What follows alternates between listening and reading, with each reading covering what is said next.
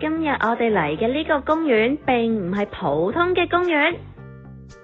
今朝咧，我無意中喺網上面睇到一篇文章，篇文章咧就係講有一個公園咧最近攞咗獎，而佢拎嘅獎咧大概就係最佳公共工作 project 之類啦。咁佢 under 嘅組別咧係200萬至500萬嘅 project 嘅。咁於是咧，我哋今日咧就慕名而嚟，去到呢個公園睇下到底佢有咩咁巴閉，值得攞獎啦。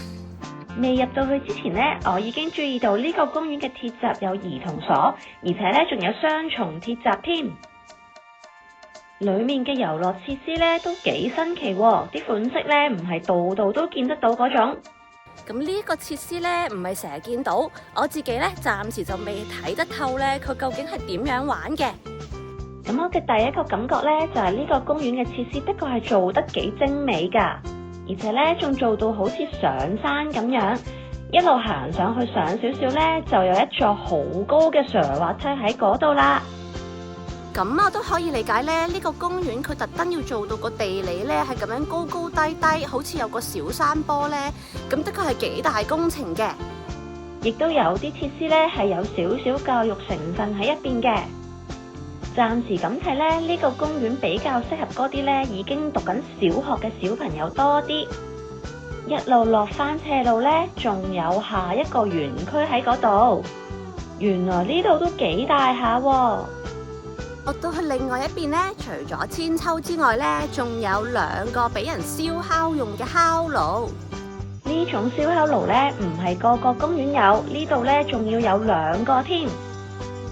下一個園區嘅設計咧，仲更加有心思添，似乎咧係模仿緊一啲道路或者交通設施。居然咧連假汽車充電站都有喎。咁我喺見到呢一個假嘅電車充電站呢，我就真係好佩服呢個公園啦！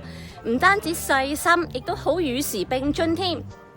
當然咧，都唔少得有啲車喺度俾小朋友入去扮下揸車啦。咁呢一個以交通為主題嘅園區呢，其實真係做得好細心，仲有一個假嘅迴旋處喺呢一度。而斑馬線嘅地方呢，亦都真係有呢啲路牌可以睇嘅。我覺得呢，唔止喺玩嘅角度啦，就算喺教育嘅角度呢，呢個地方呢，用嚟教育細路仔道路安全呢，都係好適合嘅。跟住再下一個園區呢，就有一個好大型好似吊歪呀咁嘅設施喺呢一度啦。呢個設施呢，睇落去勁到呢，我覺得我都未必敢玩啊。嚟到最後一個園區呢，就係一個規模細少少嘅斜滑梯，造型呢，就係以海盜船為主題嘅。咁呢個園區呢，睇落去就適合年紀細少少嘅小朋友，可能係幼稚園甚至係學前。好似 Luna 咁呢，大概係2歲呢，都可以自己斜到呢一個斜滑梯。小朋友應該真係會好中意呢個公園嘅。咁我必須要承認呢，喺一開始嚟呢個公園嘅時候呢，我係抱住一個唔係咁正面嘅心態㗎，因為我覺得呢200萬至500萬澳幣起一個公園呢係太貴㗎。我甚至有少少覺得呢，會唔會呢個係澳洲版嘅大白象工程呢？咁但係嚟睇完之後呢，我又覺得呢個公園呢的確係好犀利嘅，唔單止地方大啦，佢啲遊樂設施呢亦都係好有心機，唔係淨係斜滑梯啊咁簡單嘅。咁但係唯一有個缺點呢，就係佢嘅陰頂唔夠多，好多部分呢都係直接俾太陽曬到㗎。咁變咗呢，喺太熱太曬或者係有少少落雨嘅日子呢，可能就有好多設施冇得玩啦。咁呢一點呢，我覺得或者係可以再揼少少錢改善下嘅。不過除咗咁之外呢，我覺得呢個公園真係值得攞獎嘅。